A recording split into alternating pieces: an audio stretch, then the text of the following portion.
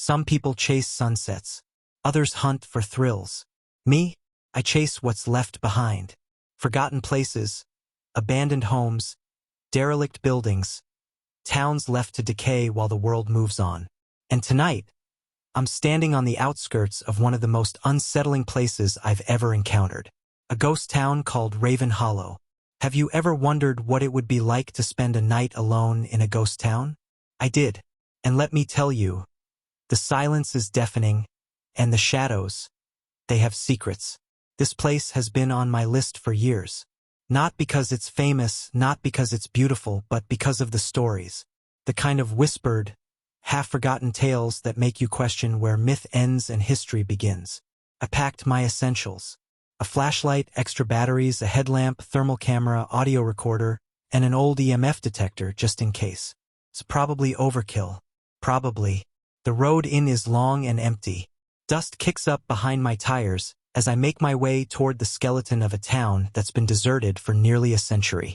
Raven Hollow was founded in the late 1800s, a booming mining town during its prime. But in 1923, everything changed.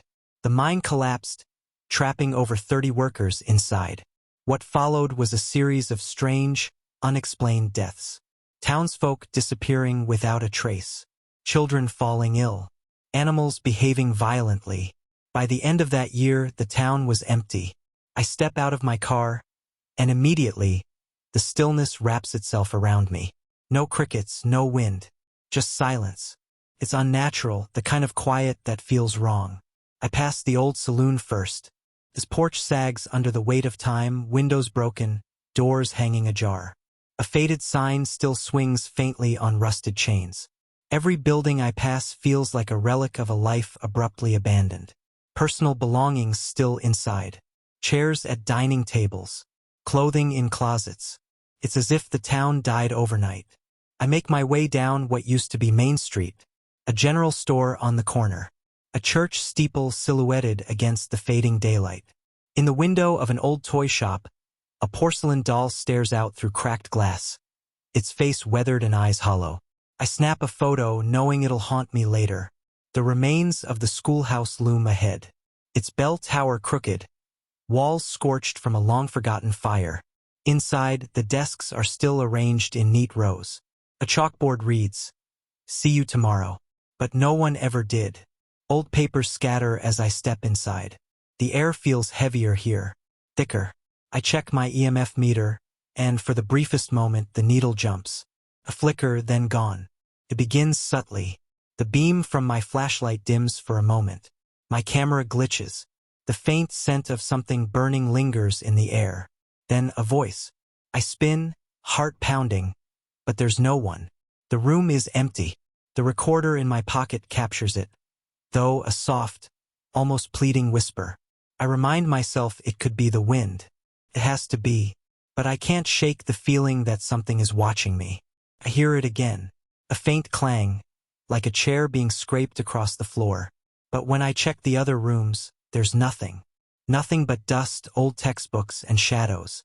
Legend has it, the town schoolteacher was among the last to leave, or rather, she never did. Locals believed she vanished the night the mine collapsed, and her spirit remained here, waiting for the children that would never return. Some claimed to hear her voice at night, calling roll. Others said they saw a figure in the bell tower, long after it had fallen into ruin.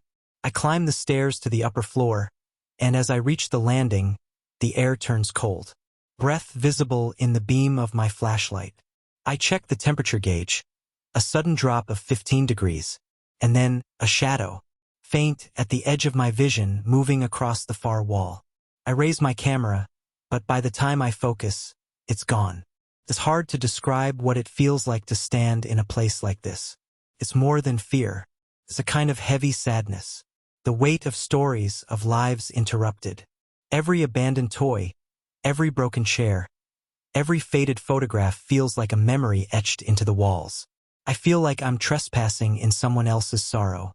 And yet, there's a strange beauty in it. A reminder of impermanence. That nothing, not even entire towns, are meant to last forever. As dawn breaks, the darkness begins to lose its grip. Colors return to the sky, and the town, though still lifeless, seems less oppressive. I make my way back to the car, but I can't shake the feeling of being followed. Reviewing the footage later, I find what I feared, and secretly hoped to see. A figure, briefly visible in the window of the schoolhouse. The unmistakable sound of a woman's voice calling, "Class dismissed." The EMF spikes, the cold spot, the shadow in the stairwell, the whisper, all captured, all real. Was it a trick of the mind? Auditory pareidolia? Environmental interference? Maybe, but I've spent nights in abandoned hospitals, empty asylums, forgotten mansions, and nothing has left me rattled like Raven Hollow. I came here chasing a story. What I found was a lingering presence, a town that refuses to be forgotten, and a lesson in humility. Because some places, they don't want to be visited, and some stories don't want to be told. If you enjoyed this journey into the forgotten, hit that subscribe button. I've got more abandoned places, haunted houses, and chilling stories on the way. And if you've ever spent time in a ghost town, or had a strange encounter of your own, drop it in the comments below. I want to hear it. Until next time, stay curious and stay safe.